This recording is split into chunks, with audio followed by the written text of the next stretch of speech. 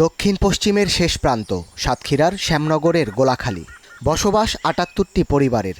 চারপাশে নদী, সুন্দর বন আর সীমান্ত ঘেরা এক প্রান্তিক দ্বীপগ্রাম।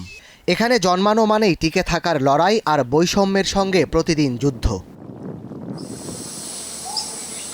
এই গোলাখালীর একজন বাসিন্দা ফাতেমা বেগম কেমন আছেন জানতেই ভেঙে পড়লেন কান্নায়। জানালেন বঞ্চনার নানা কথা। চলতে পারি, এটা আর কি দাবি করবো সরকারের কাছে বলো তো? আমাকে রাস্তাঘাটে চলাফেরার একটু অসুবিধা, বর্ষা হলে বেশি। জেলার সবচেয়ে বড় উপজেলা শ্যামনগর, উত্তরে কালীগঞ্জ, দক্ষিণে বঙ্গোপসাগর, পূর্বে ভারতের সীমান্ত আর পশ্চিমে বিশ্বের বৃহত্তম ম্যানগ্রোভ সুন্দরবন। রয়েছে ১২টি ইউনিয়ন, ২১৬টি গ্রাম, জনসংখ্যা ৩,১৩,০০০-এর বেশি। এদের বেশিরভাগই বনজীবী। আমাদের এলাকা তো অনেক অবহেলিত। এখানে শতকরা ৯৯% মানুষ আপনার অসচ্ছলতার সাথে তারা জীবনযাপন করে।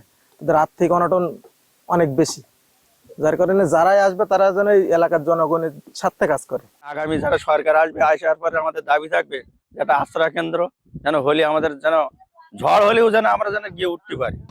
এই এলাকার মানুষের জীবনে প্রতিটি দিনই চ্যালেঞ্জিং। প্রকৃতির সাথে যুদ্ধ, জোয়ারে ডুবে যায় ঘরবাড়ি, বনে নামলে বাঘ, কুমির, সাপ আর দস্যু আতঙ্ক। আবার দীর্ঘ সময় হাতে থাকে না কাজ। সামনেই নির্বাচন, তাই এবারের ভোট নিয়ে আছে তাদের নানা ভাবনা। আমাদের এলাকায় আমাদের কোনো কর্মসংস্থান হয় কিনা, আমাদের এই যে ঘেরবেড়িগুলো যদি উঠে যায় তাহলে আমাদের ধান চাষ, মাছ চাষ এবং ছাগল গরু পালন করে আমরা সংসার নির্বাহ করতে পারবো। এটা খুলে দিলে আমরা জীবিকাটা মনে করেন যে মাছ, কাঁকড়া, নদীতে সব সুন্দরবনের ভিতরে আমরা এটা করতে পারবো। আনুষ্ঠানিক প্রচারণা শুরু না হলেও এরই মধ্যে ভোটারদের দ্বারে দ্বারে যেতে শুরু করেছেন প্রার্থীরা, দিচ্ছেন উন্নয়নের নানা আশ্বাস। Desk report, star news.